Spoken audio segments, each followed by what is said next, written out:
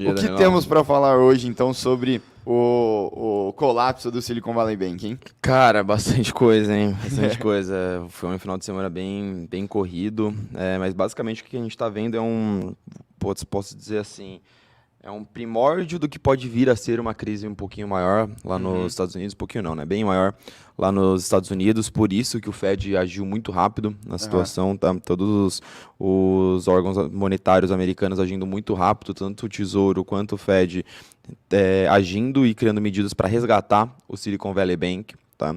Logo em seguida, igual o Cria comentou aí, logo em seguida a gente teve o fechamento, não foi a quebra, né? Foi o Uhum. fechamento de forma forçada do Signature Bank, também é um banco mais voltado para tecnologia e cripto, tá? E vamos lembrar também que semana passada a gente teve também o fechamento do Silvergate. Uhum. Então, basicamente, a gente teve 3 bancos americanos sendo fechados aí. No caso do Silicon Valley Bank, foi muito mais um processo de quase falência, quase entrar em falência, e os órgãos americanos eles agiram antes, beleza?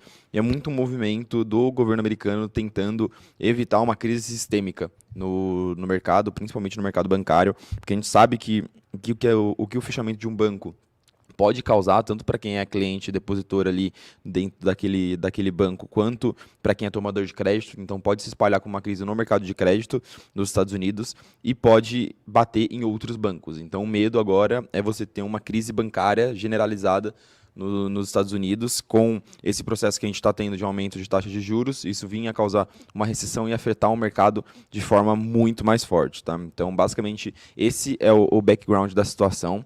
Como eu disse, são bancos, são instituições que eram voltadas para o mercado de cripto. Então, o que eu acho que cabe a gente discutir aqui hoje, de uma forma meio apanhado?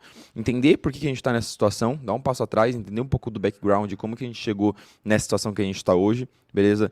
Tentar entender, porque é preciso ter umidade intelectual. Não dá para virar aqui, igual eu vi um monte de gente falando no Twitter lá, vestir o jaleco do especialista em bancos dos Estados Unidos e vir aqui Exatamente. abrir uma live de falar como se eu fosse especialista em bancos nos Estados Unidos. Não sou.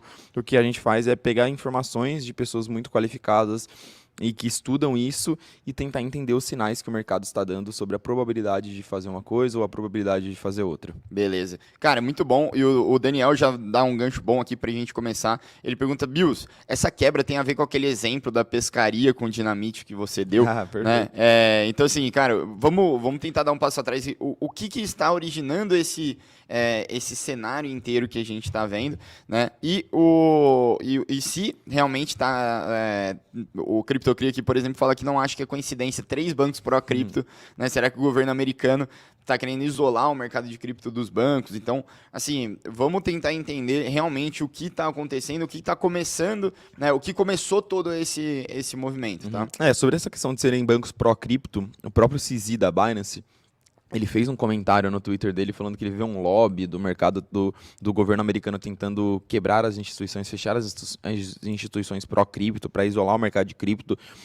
Sendo bem sincero, essa é uma possibilidade, mas eu acredito que a maior das preocupações aqui, no momento, o governo americano não está muito preocupado em isolar o mercado de cripto. Acho que ele está preocupado em isolar uma crise e começar fazendo isso fechando e garantindo a segurança das pontas mais fracas do dominó, né? Das pontas mais fracas do que pode vir a se alastrar, do que pode vir a ser um contágio um pouquinho maior. Por isso que ele atuou. O Silicon Valley Bank ele não era um banco de cripto, tá? Ele era Uhum. um banco de startups e tecnologia, voltado para o Vale do Silício. Uma parte da operação deles atendiam empresas de cripto, mas era uma parte pequena, era um banco de tecnologia. E o mercado de tecnologia de startups como um todo foi um mercado que cresceu de forma desorganizada durante a pandemia, esses últimos anos de liquidez abundante, e na hora que a crise bateu, na hora que teve um aumento de taxa de juros, uma redução na economia, o mercado de ações de crescimento, de empresas de crescimento, startups, como um todo acabou crescendo.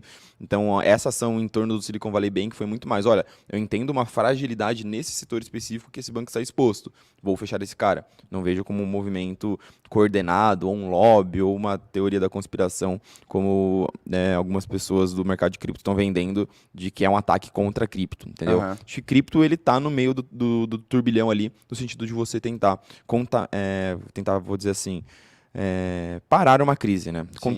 Conter uma crise que pode ser um pouquinho maior. Eu joguei um gráfico aí na tela, Danilão. Você já Aham. botou aí? Boa, Sim, maneiro, sim. obrigado. Basicamente, esse gráfico, ele é esse passo atrás, a gente tentar entender um pouquinho onde a gente está no momento, se a gente pode ter uma crise muito maior ao que está por vir, tá? Esse gráfico, ele pega basicamente o rendimento que você tem com a renda fixa americana e com a bolsa, bem a grosso Uhum. modo, tá? O quanto que você ganha na bolsa americana e quanto você ganha na renda fixa, descontando da inflação.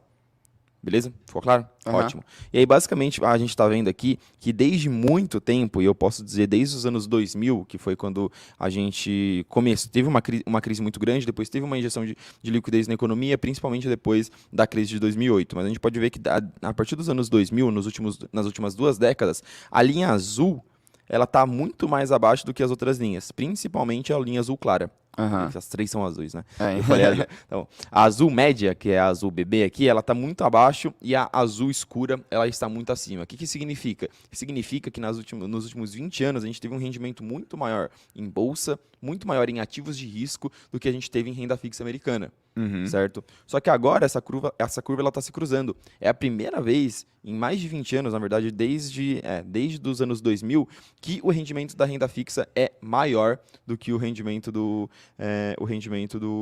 da renda variável. Então, o investidor está menos propenso a tomar risco. E a gente está nas menores taxas de juros, na verdade, nós estávamos nas menores taxas de juros dos últimos 5.000 anos, no momento em que a gente estava com uma taxa de juros em zero. O que isso significa?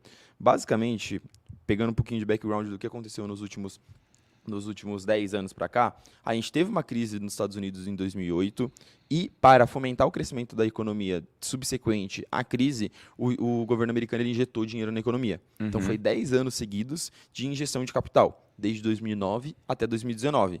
Quando a gente começou a ver sintomas de que teríamos uma recessão, que teríamos uma crise econômica, que isso já começou a aparecer em 2019, eu lembro que eu estava trabalhando no mercado de ações em 2019 Aham. e muito se discutia sobre, cara, a gente é a primeira vez que a gente tem uma década seguida de bull market na Bolsa Americana. Uma década seguida de 10 anos seguidos com a Bolsa subindo. E aí tudo começou a indicar que em 2020 a Bolsa ia cair.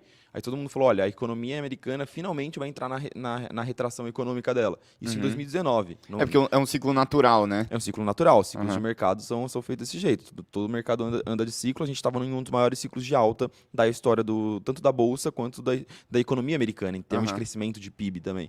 E aí em 2020 veio a pandemia. Isso foi pré-pandemia, não existia a ideia de pandemia. Aí quando veio a pandemia, aí basicamente a história foi, beleza, aconteceu o que precisava para realmente a economia americana entrar em recessão.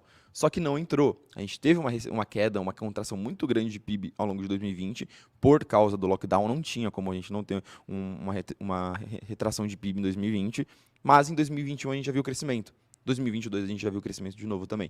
Por quê? Porque por novas injeções de dinheiro na economia, por mais impressão de dinheiro, por mais entrada de liquidez, ou seja, o governo americano falando, olha, eu quero manter as pessoas com dinheiro, eu quero manter as empresas com dinheiro para a economia continuar se movimentando. Então foi basicamente esse o movimento que a gente fez. Só que pela lei natural das coisas, quando você injeta dinheiro na economia, você dá estímulos para a inflação, correto? Então a gente começou a ver uma alta da inflação, no momento em que parecia que a economia, as coisas já estavam ajeitadas pós-pandemia, o governo americano falou, olha, agora eu vou fazer o ciclo contrário.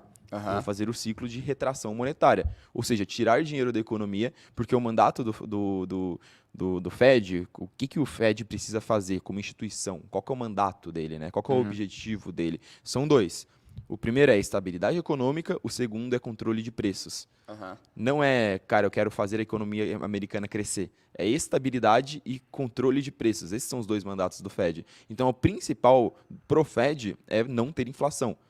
E tanto é que você ouve o Powell falando no Senado americano, que foi o que ele falou na terça-feira passada, ele falou, olha, a gente vai usar todas as ferramentas possíveis para conter a alta de preços. Então, basicamente, esse é o mandato principal do Fed.